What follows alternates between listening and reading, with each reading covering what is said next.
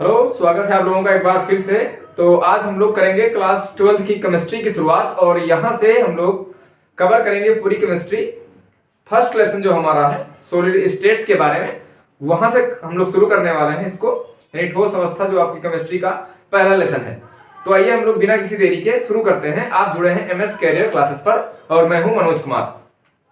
तो आपका जो फर्स्ट लेसन है ठोस अवस्था, ये हम लोग पढ़ने वाले हैं। आप लोग लिख लें ठोस अवस्था के बारे में, जिसको हम लोग इंग्लिश में बोलते हैं सॉलिड स्टेट।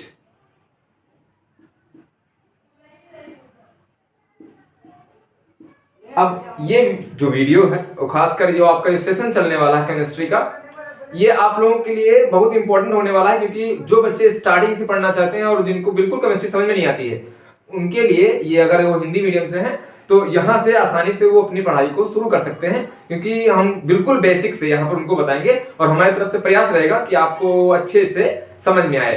तो आइए बिल्कुल बेसिक लेवल से शुरू करते हैं। तो आपको पता है कि जो ठोस अवस्था है वो द्रव्य की एक अवस्था होती है। तीन अवस्थाएं होती हैं मुख्य रूप से, द्रव्य की तीन अवस्थाएं हैं। और द्रव्य, जिसको आप लोग मैटर कहते हैं, इनकी तीन अवस्था में दो अवस्थाओं के बारे में आप लोगों ने पढ़ा है क्लास 11th में, यानी गैस के बारे में पढ़ा है और द्रव के बारे में। ठोस के बारे में यहाँ पढ़ेंगे, लेकिन उससे पहले हम लोग थोड़ा सा इसका रिकैप देख लेते हैं कि पहले हमने क्या क्या पढ़ा और क्या जानते हैं। अगर कोई कुछ नहीं जानता है तो उसके बारे में हम लोग पढ़ने वाले हैं। ओके, तो आइए पहले इसका बेसिक हम लोग देख लेते हैं कि किस तरह से इसको कवर करेंगे। तो द्रव्य क्या चीज होती है? हर वो चीज जो कहीं पर आप रखें, तो अगर स्थान घेरती है, वो सिंपल भाषा में कहें, उसमें कुछ उसका द्रव्यमान होगा और हम अपनी ज्ञानेंद्रियों द्वारा उसको महसूस कर सकेंगे, वो सारा मैटर हो जाएगा। अब द्रव्य है, इनकी मुख्य तीन अवस्थाएं होती हैं। तो एक होता है ठोस, जैसा कि हम इसके बारे में विस्तार से पढ़ेंगे।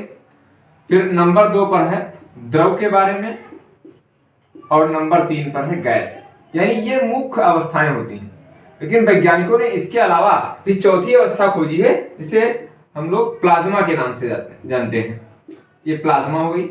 अब आपको पता है ठोस होगा तो कोई चीज ठोस है, ये समझते हैं, हमने देखा, द्रव देखा है, गैस देखा है, लेकिन प्लाज्मा स्टेट ये क्या होती है, इसको आइए थोड़ा समझ लेते हैं।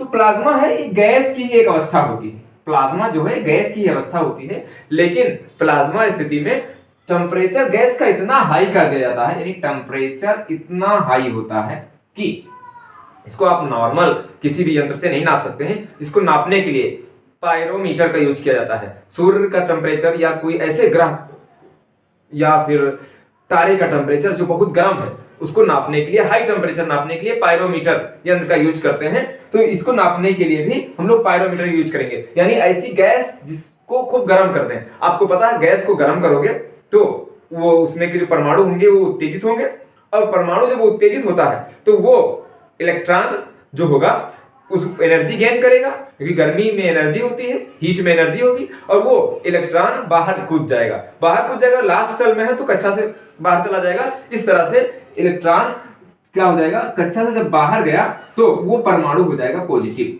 मतलब आयनित हो जाएगा, आप कह सकते हैं।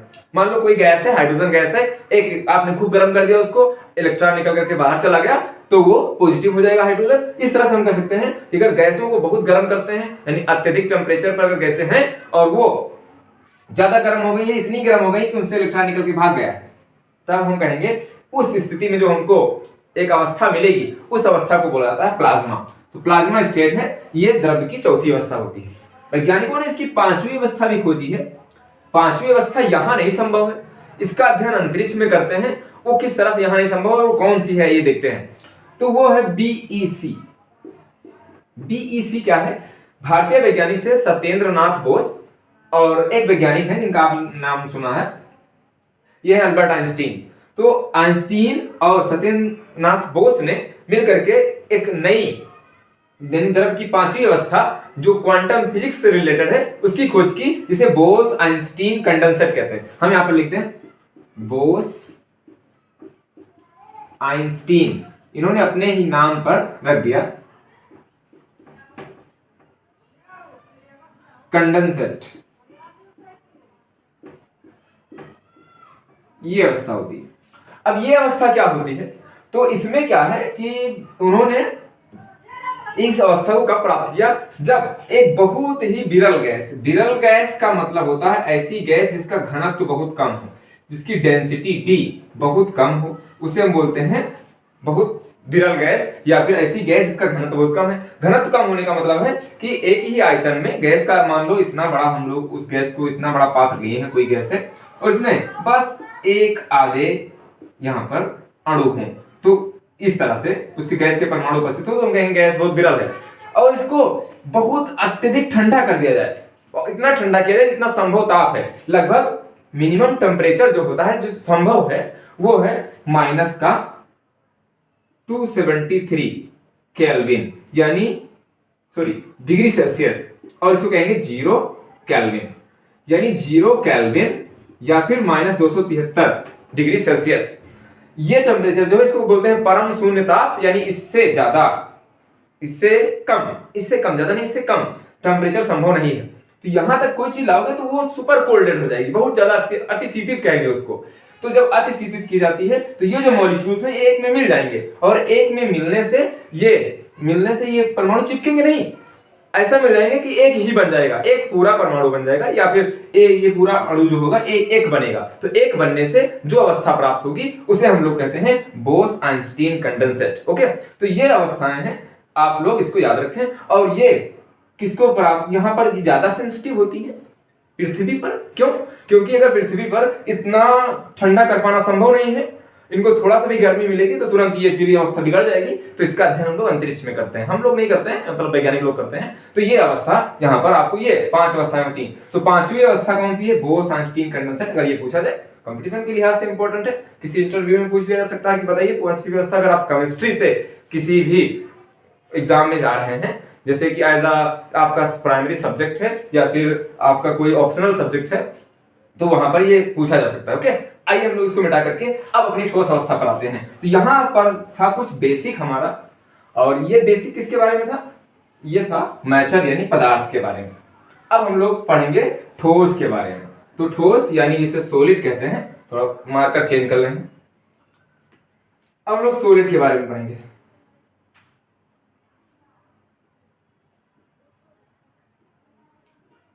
अब ये सॉलिड होता क्या है? तो कोई भी ऐसा पदार्थ सॉलिड कब होगा? कोई भी पदार्थ है, गैस है, द्रव है, जितने भी लिक्विड्स होते हैं और जितना भी ठोस होता है, वो सब बना होता है कोई ना कोई उसका मूल कण होगा। मूल कण तो इसे आपको पता है, इलेक्ट्रॉन, प्रोटॉन और न्यूट्रॉन होते हैं, और इलेक्ट्रॉन उसमें सबसे महत्वपूर्ण मूल कण है, क्योंकि इलेक्ट्रॉन को आप फर्दर और डिवाइड नहीं कर सकते हैं। हाँ, हालांकि आप पढ़ेंगे तो प्रोटॉन को भी तोड़ा जा सकता है, लेकिन इलेक्ट्रॉन मूल कण होता है। उससे बड़े जो कण होते हैं, वो हम लोग जिसका अध्ययन कर सकें आसानी से, वो होते हैं परमाणु, आयन या तो अणु। तो कोई भी पदार्थ होता है वो ठोस है कोई, तो उसके अवयवी कण होंगे, मतलब वो जिससे मिलकर बना हुआ है। तो अगर हम बात करें, ये मान लो कोई ठोस है, एक ईंट ले सकते हैं आप, या फिर कोई ठोस की कल्पना कर सकते हैं, और वो इन छोटे छोटे कणों से मिलकर बना हुआ है। इन छोटे कणों को आप क्या बोल सकते हैं? अणु बोल सकते हैं। ये अणुओं से मिलकर बना है, और ये अणु जो है ठोसों में बहुत पास पास होते हैं। तो हम लोग यहाँ पे शुरू करेंगे ठोस के गुण के बारे में, और ठोस क्या होते हैं। अगर कोई भी पदार्थ है उसके अणु बहुत पास पास हैं, तो पास पास होने से आपको ये पता होना चाहिए कि एक अणु दूसरे अणु को अपनी ओर खींचता है। जब एक अणु दूसरे अणु को अपनी ओर खींचेगा, तब वो अणु क्या होगा? ये आपस में चिपक जाएंगे, और चिपकने से उनके बीच, अब एक यहाँ पर आता है कि जो ठोस होगा इसके बीच में खाली स्थान बहुत कम होता है। खाली स्थान को बोलते हैं अंतरा आणविक, जो अंतराल होता है, अणुओं के बीच का खाली स्थान, रिक्त स्थान, वो बहुत कम होगा। तो अणुओं के बीच की दूरी, ठोस में नंबर 1 लिखें आप लोग। अगर हम इधर लिखना चाहें, इधर लिखें, क्योंकि उधर बहुत दूर पड़ जाएगा। नंबर 1, ठोस का गुण क्या होगा? तो ठोस का आयतन और आकार निश्चित होगा। क्यों निश्चित होगा? ये अगर पूछ लिया जाए तो आप कैसे बताएंगे? क्योंकि ठोस के अवयवी कण जो होते हैं बहुत पास पास होते हैं। पास पास होने के कारण इन अणुओं के बीच में आकर्षण बल, मतलब एक दूसरे को खींचना, आप लोग समझते हैं दुनिया में आकर्षण और प्रतिकर्षण 2 बल कार्य करते हैं। तो यहाँ पर ये क्या करेंगे? एक दूसरे को खींचेंगे, क्योंकि ज्यादा पास पास है, और खींचने से ये चिपके रहेंगे, जिसके कारण उनका आकार बदलेगा नहीं, आयतन बदलेगा नहीं। क्यों नहीं बदलेगा? क्योंकि जब एक दूसरे को खींचेंगे तो ये चल पाएंगे नहीं, जब चल नहीं पाएंगे तो इस तरीके से ये पानी जो होता है वो बहता क्यों है? इसलिए बहता है क्योंकि उसके अणु के बीच में आकर्षण बल बहुत कम होता है। तो आप इनको देखोगे कि ये अणु चलेंगे चलेंगे तो बहेंगे, लेकिन कोई भी सॉलिड होता है उसके अणु पास पास होते हैं, आकर्षण बल ज्यादा होता है, एक दूसरे को खींचे रहते हैं, इसीलिए वो बह नहीं पाते हैं। तो आकार इसका निश्चित रहेगा, आयतन की लंबाई चौड़ाई ऊंचाई इतनी होगी वो फिक्स होगी। ठीक, तो आकार और आयतन निश्चित होगा। नंबर 2, अब अगर इनके बीच का अगर हम खाली स्थान देखें तो अणुओं के बीच की जो दूरी होती है बहुत कम होती है और फिर इनके आकर्षण बल बहुत अधिक होता है। तो अंतरा आणविक लिखते हैं हम लोग।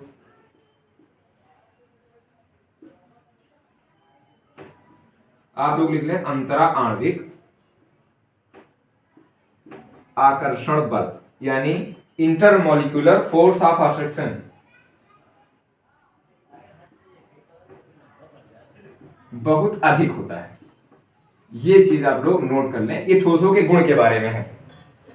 अगर ठोस के गुणों की बात करें एक और कि इनके अणुओं की जो गतिज ऊर्जा होती है वो क्या होती है, तो इनके अणुओं की गतिज ऊर्जा बहुत कम होती है, यानी अपने स्थान पर सिर्फ इनके अणु हिल सकते हैं, चल नहीं सकते हैं। फिर वही बात आकर्षण बल के कारण। तो अणुओं की गतिज ऊर्जा, अब जैसे जैसे इनको गर्म करेंगे, गर्म करने पर आपको पता है कि अणु दूर दूर हो जाएंगे क्योंकि इनको एनर्जी मिलेगी। एनर्जी मिलने से दूर होंगे तो ये लिक्विड में बदल जाएगा क्योंकि गैस लिक्विड के अणु कुछ ऐसे होते हैं, और गर्म करेंगे तो गैस बन जाएगा, यानी अणुओं की गति बढ़ेगी। किसी अणु की गति बढ़ेगी यानी गतिज ऊर्जा बढ़ेगी। तो ठोस को जैसे जैसे टेम्परेचर देंगे, गर्म करेंगे, उनके अणुओं के बीच की दूरी बढ़ती जाएगी और यानी गतिज ऊर्जा बढ़ेगी। और फिर नंबर 3, अब ये ठोस है तो इसको आप दबा सकते हैं? दबा नहीं पाएंगे, यानी ठोस जो होते हैं आप लोग समझ लें कि ये नॉन कंप्रेसिबल होते हैं, यानी असंपीड्य होते हैं। तो ठोस असंपीड्य होते हैं।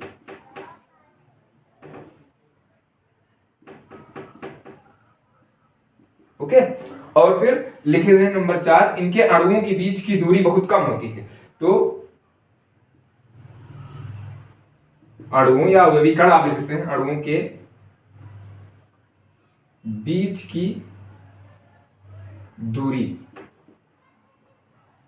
बहुत कम होती है, और अणुओं के बीच की दूरी बहुत कम होगी तो ये अणु क्या करेंगे, एक दूसरे को जाहिर सी बात है खींचेंगे ज्यादा, और जब खींचेंगे तो यहां पर एक इसका एक और पॉइंट निकल के सामने आएगा। वो पॉइंट है नंबर 5 कि इनके जो अणु होंगे वो गति नहीं कर पाएंगे, अपने स्थान पर सिर्फ कंपन करेंगे। तो अणुओं में जो गति होती है, गति हम देख रहे हैं यहां पर दिख रहा है कि नहीं? ओके, एक मिनट, दिख रहा है तो हम लोग शुरू करते हैं फिर से। अणुओं में गति नहीं होती,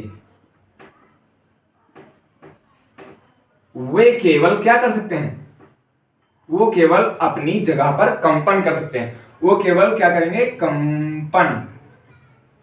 ओके, वो केवल कंपन करेंगे अपनी जगह पर। तो ये ठोस के कुछ खास खास गुण हैं, आप इनको याद रखेंगे।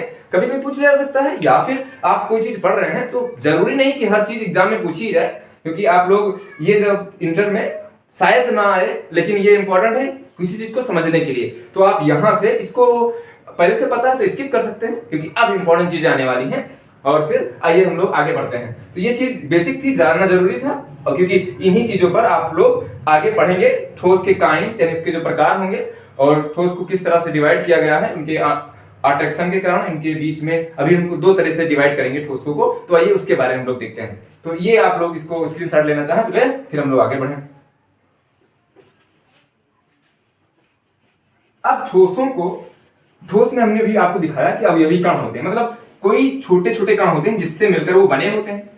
अब ये ठोस आप 2 तरीके पाओगे, किसके आधार पर, उनके अवयवी कणों की व्यवस्था के आधार पर। क्या होता है कि कुछ ठोस ऐसे होंगे जिसमें कि उनके अवयवी कण एक बहुत सुटेबल ऑर्डर में व्यवस्थित होंगे। जैसे दीवार है, कोई दीवार में कभी कभी बहुत अच्छे तरीके से ईंटों को सजाया जाता है, और कभी कभी कि आप ऐसे ईंटें लगा देते हैं कि एक ईंट इधर निकली होती है, दूसरी उधर, तीसरी उधर, तो उसको गिराना या उसका आप लोग स्ट्रक्चर डिफाइन करना मुश्किल हो जाता है। तो उसी तरीके से ठोस जो होते हैं वो 2 तरीके के होते हैं, किसके आधार पर, तो ठोस का वर्गीकरण हम लोग देखते हैं।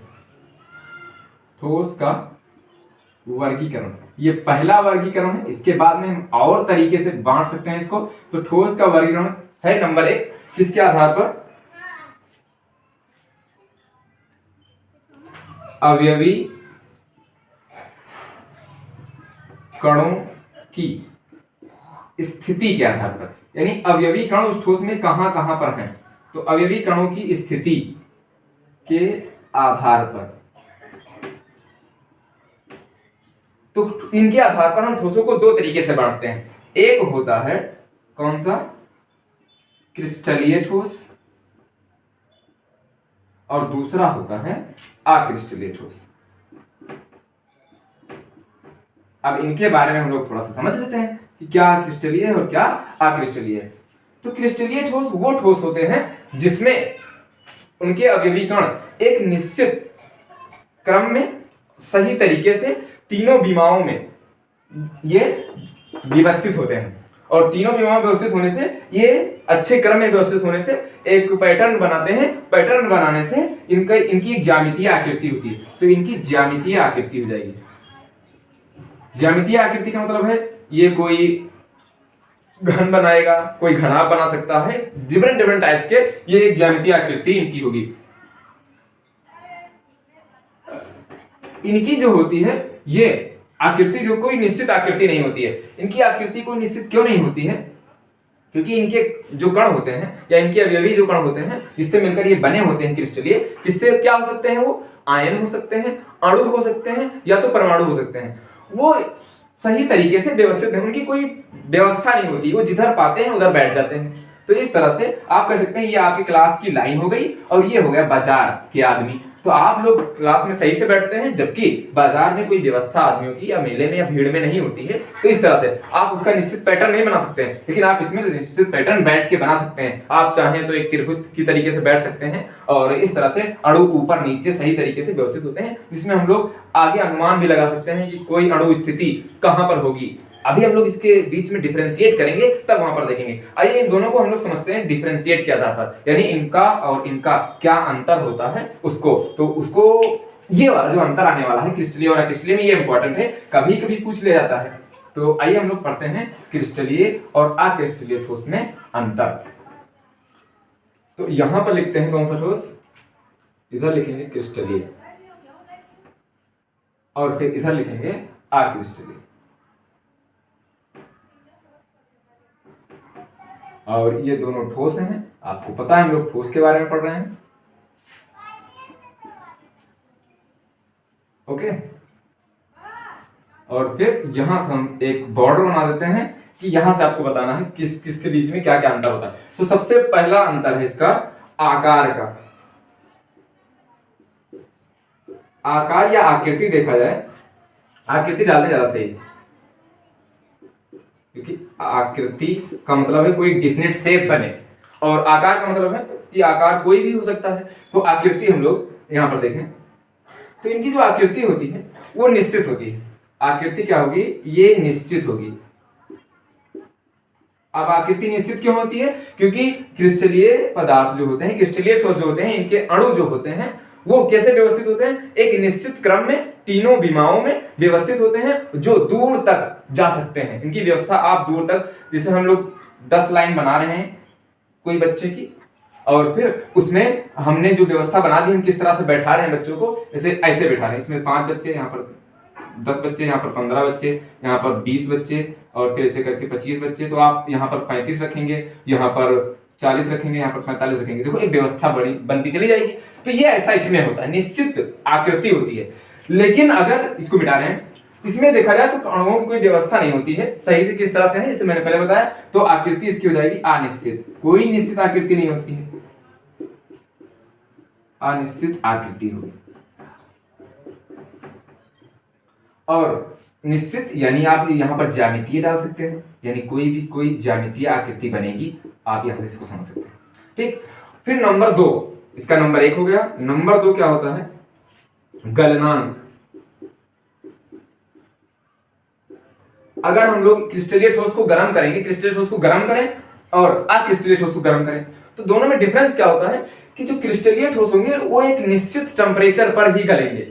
उनको टेम्परेचर जब मिलेगा तब उस टेम्परेचर पर ये गल जाएंगे, यानी ये लिक्विड में चेंज हो जाएंगे, उसको बोलते हैं गलनांक। तो इनका गलनांक भी होता है जो वो निश्चित होता है, निश्चित हुआ एक नियत, जिसको कांस्टेंट बोलते हैं, फिक्स नियत ताप पर पिघलते हैं। जैसे लोहे का टेम्परेचर जो है, मतलब मेल्टिंग पॉइंट गलनांक, वो क्या होगा, वो 1500 डिग्री सेल्सियस है, तो वो 100 डिग्री सेल्सियस पे पिघलेगा। ये नहीं कि 1400 से शुरू हो जाए, 1500 से फिर थोड़ा नरम पड़े, फिर ऐसे हो जाए, ऐसा नहीं होता। ऐसा होता है क्रिस्टलीय में क्या होता है, ये पहले धीरे धीरे नरम पड़ते हैं, नरम पड़ने के बाद में फिर ये धीरे धीरे पिघलते हैं। जैसे कि प्लास्टिक हो गया, रबड़ हो गई और कांच हो गया, ये होते हैं अक्रिस्टलीय में, और इनका कोई निश्चित या फिर नियत गलनांक नहीं होता है। तो अनिश्चित यहाँ पर लिख दें, इनका उल्टा आप लिख सकते हैं, हम अगर ना लिखें छोड़ दें तो आप अपने नाम से कर सकते हैं। अनिश्चित हुआ अनियमित गलनांक होता है, और ये क्या होता है, धीरे धीरे क्या होंगे, धीरे धीरे नरम पड़ेंगे, पहले नरम पड़ते हैं और एक परास में पिघलते हैं। ये एक फिक्स टेम्परेचर पे पिघलेगा, ये एक परास। अब ये क्या है, नई बात आ गई, परास में पिघलते हैं। कोई परात है क्या, उसमें पिघलते हैं, तो परास में पिघलते हैं। इसका मतलब हो गया कि 10 डिग्री सेल्सियस से मान लो, या 20, 25, 50 डिग्री सेल्सियस से शुरू हुआ, फिर 50 डिग्री सेल्सियस या 100 डिग्री सेल्सियस से शुरू हुआ, तो 100 डिग्री सेल्सियस से धीरे धीरे नरम पड़ेगा, फिर उसके बाद में और नरम पड़ेगा, फिर धीरे धीरे पिघलेगा, तो आग करके 150 तक पिघला। तो ये एक परास, मतलब यहां से वहां तक जाने में कुछ टेम्परेचर लेगा। तो ये इसमें होता है और ये गुण इसमें पाया जाता है। फिर नंबर 3 हम लोग देखें। नंबर 3 जो हमारा गुण है वो है विदलन गुण का। विदलन क्या होता है, विदलन का मतलब होता है उसको काटना या फिर उसको तोड़ना। तो जब हम किसी चीज को काटते हैं, वो है अगर क्रिस्टलीय, तो इससे एक सपाट और चिकनी सतह मिलेगी, सपाट हुआ चिकनी सतह। और अगर हम अक्रिस्टलीय पदार्थ को काटेंगे तो काटने पर एक अनियमित सतह मिलेगी, मतलब ये सही से कोई स्ट्रक्चर इसका नहीं होगा, जबकि इसमें होती है। और एक चीज और, नंबर 4 देखें, विदलन के बाद में प्रकृति क्या होती है, प्रकृति मतलब ये किस तरह के होंगे। तो प्रकृति अगर बात करें हम लोग, तो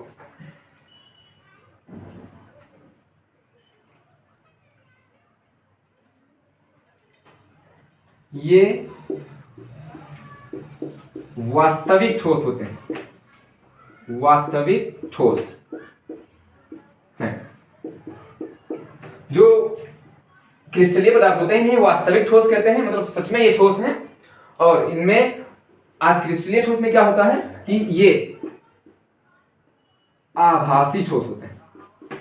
आभासी मतलब आभास, रियली ठोस नहीं है। मतलब आभासी ठोस का मतलब है ये कहीं ना कहीं लिक्विड रहे हो, या तो ये आभासी ठोस हैं, जिन्हें हम लोग कहते हैं अतिशीतित द्रव। आप लोग लिख लें, अतिशीतित द्रव कहते हैं। अतिशीतित द्रव का मतलब होता है कि ऐसा लिक्विड कोई था और उसको बहुत कम टेम्परेचर पर, बहुत कम टेम्परेचर अतिशीत कर दिया गया, बहुत ही सुपर कोल्ड कर दिया गया। कोल्ड करने पर उसको बना दिया गया सॉलिड, जैसे कि कांच। कांच को अतिशीतित द्रव भी कहते हैं, ये आप लोग ध्यान रखेंगे, अगर विकल्प में आ जाए तो आप इसको कर सकते हैं। तो ये हमारे कितने पॉइंट हुए, 4। अब यहां से हम लोग आगे बढ़ते हैं और एक होती है 5वां जो पॉइंट है, ये परासी व्यवस्था या परास, इसको हम लोग देख रहे हैं, परास के बारे में बताया है। अच्छा, ये जो क्रिस्टलीय ठोस होते हैं इनकी एक निश्चित व्यवस्था होती है, और निश्चित व्यवस्था होने के कारण इनमें क्या होगा कि दूर तक इनकी लंबी परासी व्यवस्था होती है, मतलब इनके अणु दूर तक वितरित होते हैं, दीर्घ परासी व्यवस्था होगी। तो यहां पर लिख सकते हैं दीर्घ परासी व्यवस्था होगी, और इसमें लघु परासी व्यवस्था होगी। ये दीर्घ और लघु परासी व्यवस्था क्या है, हाँ आप इसकी फोटो खींचे, नोट करें, फिर हम लोग आगे बढ़ते हैं। ठीक, इसको मिटा रहे हैं फिर हम। तो दीर्घ और लघु परासी व्यवस्था से हम लोग आगे बढ़ेंगे और उसके बाद में अब इन चीज को हम लोग एक और माध्यम से समझ लेंगे। वो चीज यहाँ पर क्या है, एक होती है नेक्स्ट पॉइंट, उसको अभी दीर्घ परासी व्यवस्था हम लोग यही समझते हैं। फिलहाल हम लोग ये चीज समझ लेते हैं कि दैशिकता क्या होती है, क्योंकि इस पर कंफ्यूजन रहता है कि दैशिकता क्या है, और ये हम लोग कंफ्यूज हो जाते हैं। ये क्रिस्टलीय जो होते हैं ये विषम दैशिक होते हैं। क्रिस्टलीय जो होंगे विषम दैशिक होंगे, और अक्रिस्टलीय जो कैसे होते हैं, ये होते हैं समदैशिक। समदैशिक लिखना है। तो ये होंगे विषम दैशिक, ये होंगे समदैशिक। अब ये क्या नई चीज है, इसको आइए हम लोग समझते हैं।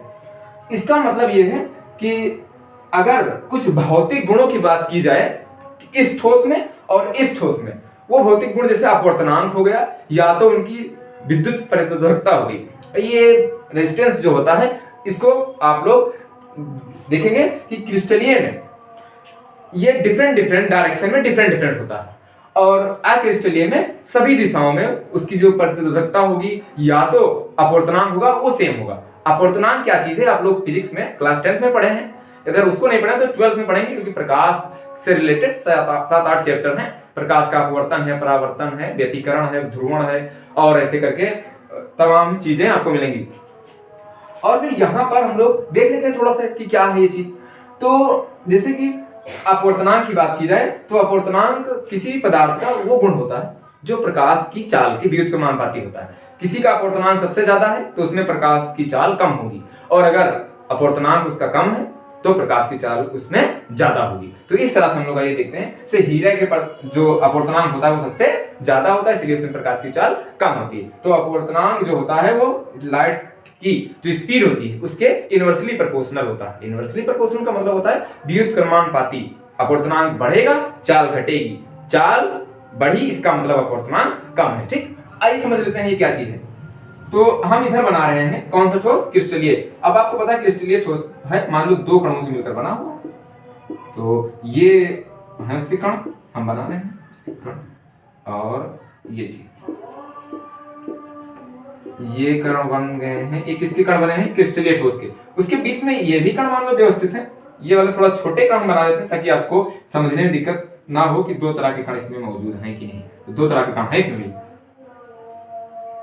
ये इनके बीच में इस तरह से व्यवस्थित है। आप देख रहे हैं कोई अनियमितता नहीं है, मतलब सही से व्यवस्थित है। यहाँ पर ये इस लाइन में है, ये वाली इस लाइन में है, इन चारों की ये बीच में है, इन चारों की ये बीच में है, ये इन चारों के बीच में है, इन चारों के बीच में है।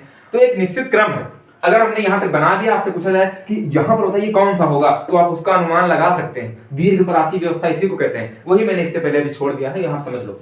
दीर्घ परासी व्यवस्था मतलब यहाँ बड़े वाले कण आएंगे, फिर उसके बाद इस लाइन में बड़े वाले होंगे, तो आप अनुमान लगा सकते हैं कि यहाँ पर हम पूछे कौन सा होगा, छोटा वाला कि बड़ा वाला कण, तो आप बताएंगे कि बड़ा वाला होगा। क्यों? क्योंकि आप यहाँ से एक निश्चित क्रम में चलता है, व्यवस्था है। और जो अक्रिस्टलीय होते हैं उसमें भीड़ होती है, किस तरफ कहां पर कोई कण होगा आप अनुमान नहीं लगा सकते हैं, वो पता नहीं कौन सा कण किधर हो। ठीक, तो इस तरह से हम लोग कहेंगे इसको ये दीर्घ परासी व्यवस्था होती है, और इनकी लघु परासी व्यवस्था होती है। हम अनुमान नहीं लगा सकते हैं इसका, और लेकिन क्रिस्टलीय में अनुमान लगा सकते हैं। अब ये चीज हम देखें कि अगर हम इस तरफ को जाएं, ये लाइन चली जाए, ये लाइन हम यहां से गए इस तरफ को, तो ये जा रहे हैं, तो हमको कौन मिला, एक बड़ा वाला, एक छोटा वाला, एक बड़ा छोटा, एक बड़ा छोटा, ये कण मिल रहा है। तो अगर इसमें अपवर्तनांक देखेंगे तो हमको इस तरह से मिलेगा, एक छोटा 2 कण मिल रहे हैं। और अगर हम यही बात यहाँ पर चले जाएं, ऊपर से नीचे या नीचे से ऊपर, तो यहाँ पर हमको सिर्फ छोटे छोटे कण मिल रहे हैं, इधर देखें तो सिर्फ बड़े बड़े कण मिल रहे हैं। इस स्थिति में जाने पर यहाँ से जाएंगे तो यहाँ पर इसका अपवर्तनांक चेंज आएगा, इसका अपवर्तनांक चेंज आएगा, मतलब डिफरेंट आएगा। अब डिफरेंट आने का मतलब है कि इधर प्रकाश की चाल दूसरी होगी, इधर प्रकाश की चाल दूसरी होगी। तो ये हीरे में प्रकाश का क्या होता है, परावर्तन होता है, पूर्ण आंतरिक परावर्तन होता है। दैट इज द रीजन, क्योंकि यहाँ पर ये प्रकाश इधर और इधर ये क्या होता है, डिफ्रेक्ट हो जाता है। तो इस तरीके से हम लोग यहाँ पर समझ सकते हैं कि ये विषम दैशिक होता है, सभी दिशाओं में इसका जो अपवर्तनांक होता है सेम नहीं होता है, बाकी जो कुछ गुण होते हैं उसके फिजिक्स के फिजिकल क्वांटिटीज होती हैं वो भी वेरी करती हैं। लेकिन ऐसा किसमें नहीं होता, पता नहीं कहां कहां पे कण है, कैसे कैसे कण है। आप अगर किसी भी विषम समदैशिक वाले में, मतलब क्रिस्टल अक्रिस्टलीय ठोस में जाएंगे, इधर जाएं या इधर जाएं, सब में आपको सिर्फ भीड़ मिलेगी। तो ऐसे में कोई निश्चित व्यवस्था नहीं मिलेगी, इसका मतलब है सब तरफ भीड़ है। तो किसी दिशा में भी जाएं तो ये क्रिस्टल जो होते हैं ये, अब आपको ऐसे नहीं, ये एक बार इस पर प्रयोग किया गया तब जाना गया है। तो ये प्रयोग के आधार पर ये सिद्ध हुआ है कि जो चीज आप 1 घंटे में 10 मिनट में पढ़ लेते हैं, वैज्ञानिकों ने उस पर बहुत सारा रिसर्च किया, बहुत सारा मेहनत किया, तब ये बात निकल के सामने आई है। ठीक, तो यहाँ पर ये समदैशिक होते हैं, किसी दिशा में जाओ प्रतुनांक सेम, किसी दिशा में जाओ प्रतिरोधकता सेम। तो ये चीज है दैशिकता के बारे में। आई होप दैशिकता आपके अंदर दिमाग में बैठी होगी। फिर हम लोग एक देख लेते हैं, एक होती गलन एंथैल्पी।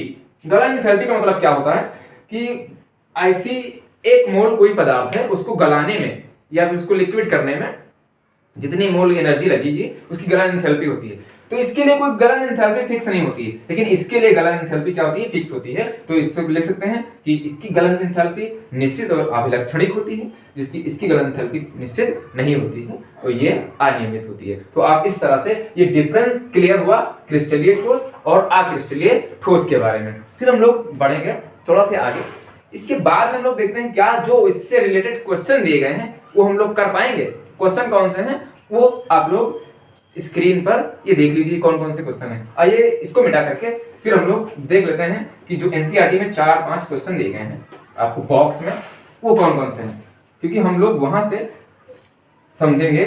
अगर आप एनसीईआरटी पढ़ रहे हैं तो आपके जो क्वेश्चन है डायरेक्टली वहीं से पूछे जाते हैं, क्योंकि एनसीईआरटी से अलग कुछ नहीं आता है। तो ये हम लोग एक क्वेश्चन देख लेते हैं। ओके, तो ये हैं हमारे एनसीईआरटी के क्वेश्चंस, जो आपको 5 क्वेश्चन दिखाई दे रहे हैं बॉक्स में, और इस क्वेश्चन के बाद में हम लोग पढ़ेंगे क्रिस्टलीय ठोस का वर्गीकरण। तो आइए क्वेश्चंस को देख लेते हैं, जिनको मैंने एक पेज पर लिख लिया है, तो वहाँ पर इनका आंसर हम लोग पढ़ते हैं क्या होगा। तो पहला है ठोस कठोर क्यों होते हैं। तो ठोस कठोर क्यों होते हैं मैंने लिखा है, आप इसका स्क्रीनशॉट ले सकते हैं अगर पूरी वीडियो आप देखने में ऊब रहे हैं तो ठोसों के अवयवी कण जो होते हैं वो बहुत पास पास होते हैं। क्यों? क्योंकि इनका अंतरा आणविक आकर्षण बल बहुत अधिक होता है, जिसके कारण इनके कण गति नहीं कर पाते हैं और ये फिर कठोर या असंपीड्य हो जाएंगे, इसको हम दबा नहीं सकते हैं। ठीक, फिर दूसरा क्वेश्चन जो है इसके बाद में जो एनसीईआरटी मैंने अभी आपको दिखाया था वो दूसरा क्वेश्चन था, इनका आयतन जो होता है वो निश्चित होता है क्यों। तो यही रीज़न हो जाएगा उनका, जो पहला आंसर है यही रीज़न हो जाएगा कि ये कठोर या आयतन इसका निश्चित होता है। फिर दूसरा है निम्नलिखित को क्रिस्टलीय और अक्रिस्टलीय में बताना है। तो जो नंबर 1 पर लिखा है हमने ये वाले, और इधर जो नंबर 1 पर है ये वाला, ये किताब में दिया गया है। नीचे 2 मैंने अपने तरफ से लिए हैं कि इनको आप बता सकें कि क्रिस्टलीय हैं या अक्रिस्टलीय। इसको विकल्प में पूछा जा सकता है, इस तरह से क्वेश्चन आते रहते हैं। तो पहला है उसमें दिया गया था नेफ्थलीन, बेंजोइक अम्ल, पोटेशियम नाइट्रेट, तांबा, ये क्रिस्टलीय में आएंगे। और अक्रिस्टलीय में पॉलीयूरेथेन आएगा, टेफ्लॉन आएगा, सेलोफोन आएगा, पॉलीविनाइल क्लोराइड जो है ये आएगा, और फिर रेसा कांच आएगा। जो पॉलीविनाइल क्लोराइड है इसको PBC भी कहते हैं, एक बहुलक होता है जिसमें भी पॉली लगा हुआ है, ये होता है बहुलक। तो पॉली का मतलब अर्थ होता है बहुत ज़्यादा संख्या में। और ये आप लोग पार्ट पढ़ेंगे सेकेंड केमिस्ट्री में, पार्ट मिलेगा आपको लास्ट में है बहुलक पाठ, वहाँ पर आप इनको समझ जाएंगे वहाँ से आसानी से, क्योंकि पूरे बहुलक के बारे में वहाँ पर विस्तार से बताया गया है। कृत्रिम बहुलक है, प्राकृतिक बहुलक है, इसके बारे में। फिर आगे हम लोग देखते हैं दूसरा नंबर, ये लिखा है क्वार्टर्स और सिलिकॉन कार्बाइड, ये भी क्रिस्टलीय ठोस के अंतर्गत आते हैं। जितनी भी धातुएँ होंगी वो क्रिस्टलीय ठोस के अंतर्गत आती हैं। तो यहाँ से आप लोग नमक हो गया और KCl हो गया, ये सब क्रिस्टलीय ठोस हैं। यहाँ पर अगर इधर देखें क्वार्टर्स है तो क्रिस्टलीय है, लेकिन कांच की बात की जाएगी, यानी क्वार्टर्स कांच अगर आ जाए, मोम, पॉलीथीन, रबर, ये अक्रिस्टलीय के अंतर्गत आते हैं। तो इस तरह से इनमें डिफरेंस हो गया, यानी क्रिस्टलीय और अक्रिस्टलीय हो गए। फिर नेक्स्ट हमारा ये है कांच को अतिशीतित द्रव क्यों कहा जाता है। तो आप यहाँ पर समझ लें, कांच में जो बहने की क्षमता होती है वो द्रव की तरीके से होती है, लेकिन ये द्रव के उतना तेज़ी से नहीं बहते हैं, लेकिन कुछ मंद गति से इनके बहने की क्षमता होती है, जिसको अगर हम खूब अधिक ठंडा कर दें तो ये ठोस अवस्था में बदल जाते हैं, जिसके कारण से इनको अतिशीतित द्रव कहा जाता है, यानी सुपर कोल्डेड लिक्विड्स। फिर क्वेश्चन नंबर 4 है, एक ठोस का अपवर्तनांक सभी दिशाओं में समान होता है। अपवर्तनांक समान है यानी कि वो समदैशिक प्रकृति का होगा। हमने इससे पहले अभी पढ़ा है कि समदैशिक प्रकृति के जो होते हैं वो अक्रिस्टलीय ठोस होते हैं, और विषमदैशिक प्रकृति किसकी होती है, वो क्रिस्टलीय की होती है। और ऐसा क्यों होता है? ऐसा उनके अवयवी कणों की व्यवस्था के कारण होता है जो अनियमित होती है अक्रिस्टलीय में। और लास्ट में क्वेश्चन पूछा गया है, क्या यह जो यहाँ पर है, क्या यह विदलन जो गुण है वो प्रदर्शित करेगा? तो ये जो क्रिस्टलीय होते हैं वो विदलन गुण प्रदर्शित करते हैं, अक्रिस्टलीय विदलन गुण प्रदर्शित नहीं करते हैं। अब ये विदलन गुण क्या होता है? तो विदलन गुण वही चीज़ होती है जब किसी चीज़ को आप काटें, क्रिस्टलीय है तो वो उससे काटोगे तो वो सपाट और चिकनी सतह मिलेगी, और अक्रिस्टलीय है तो सपाट और चिकनी सतह नहीं मिलेगी, यानी अनियमित सतह मिलेगी। जिसकी सपाट और चिकनी सतह मिले उसे हम कहते हैं कि वो कैसा है? विदलन गुण प्रदर्शित करने वाला है। तो इस तरह से ये हमारे क्वेश्चन हुए। हम लोग मिलते हैं नेक्स्ट वीडियो में जो होगा क्रिस्टलीय ठोसों के प्रकार के बारे में, आणविक ठोस, आयनिक ठोस, जिनसे क्वेश्चन अक्सर पूछा जाता है। तो आज के लिए इतना ही। धन्यवाद हमारे साथ जुड़ने के लिए।